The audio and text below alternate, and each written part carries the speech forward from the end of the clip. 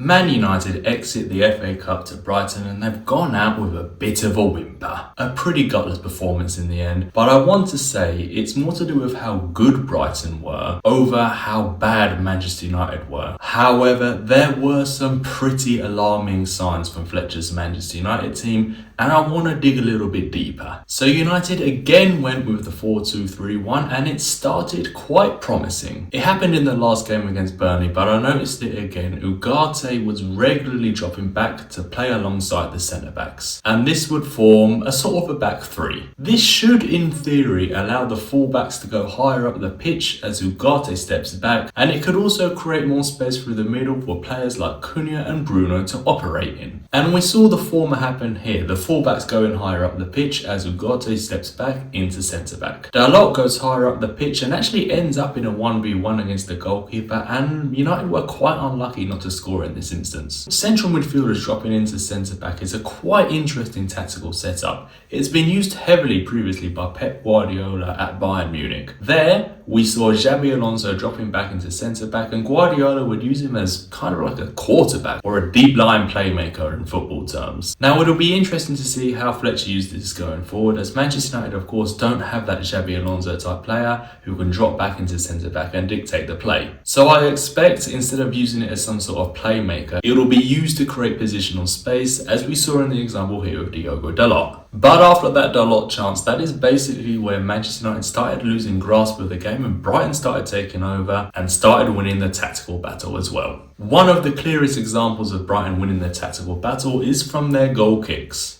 Now, I know it's not the most exciting phase of play, but being able to play the ball from the goalkeeper up the pitch is one of the hardest things to do in modern football, with the high press becoming so strong in recent years. But this is where Brighton did some of their best work and Manchester United did some of their worst. United, when Brighton had goal kicks, were setting up man-to-man or man-marking, whatever you want to call it. However, Brighton was set up so that there was a large gap between their defensive line and their offensive line. And thus, as Manchester United were going man-to-man, they also had a huge gap in midfield. In this sequence, Brighton simply went long, bypassing Manchester United's high press. They won the header, they got onto the second ball and found themselves in a 4v4 situation in Man United's final third. We see the same setup minutes later as Manchester United are going man-to-man and Brighton have left a large gap in midfield between their two lines of play. Another accurate long ball forward from the goalkeeper, this time out wide, results in a Brighton attack and United's midfield working very hard to come back. Fast forward 30 seconds or so and Brighton have the ball in the back of the net. Which really does beg the question, why is Ugarte pressing higher up the pitch when he is far more defensive minded than Cunha, who has the tendency to not want to track back or has a tendency to lose his man quite often? Because the same happens here from a goal kick, and Cunha is too easy to pass over. Brighton exploit the space behind and they find themselves in a pretty scary looking 4v4 at the back. And staying on the subject of goal kicks, Manchester United get undone again. This time it's from a pretty simple, almost along the floor, ball right through the centre. The ball is flicked on and Brighton find themselves in a 3-versus-3 and have the United defenders scrambling for the ball. And you see the difference between the teams here in this sequence, which I'll go through quickly. Manchester United have progressed slightly themselves from a goal kick of their own. And you'll notice Manchester United have 6 players deep and Brighton have only committed 5 men forward. And yes, that does mean Manchester United have a man advantage around their own box. But when the ball is played forward, this will mean Brighton have the man advantage in a much more dangerous position of the pitch for them. But in fact, United actually did pass through to Sesko in this case. However, you can see the huge difference between the two sides now, as the United forward finds himself with 2 men on him and Brighton still have a numerical advantage. This is a definite system or positional issue that Manchester United really need to fix and really need to iron out sooner rather than later. But what can Manchester United do to combat these types of situations? Well, man marking high up the pitch is nothing strange. A lot of teams actually do it. The key here is that Brighton exploited it by leaving a large gap between their two lines so that they could simply bypass the high press and find themselves in good position higher up the pitch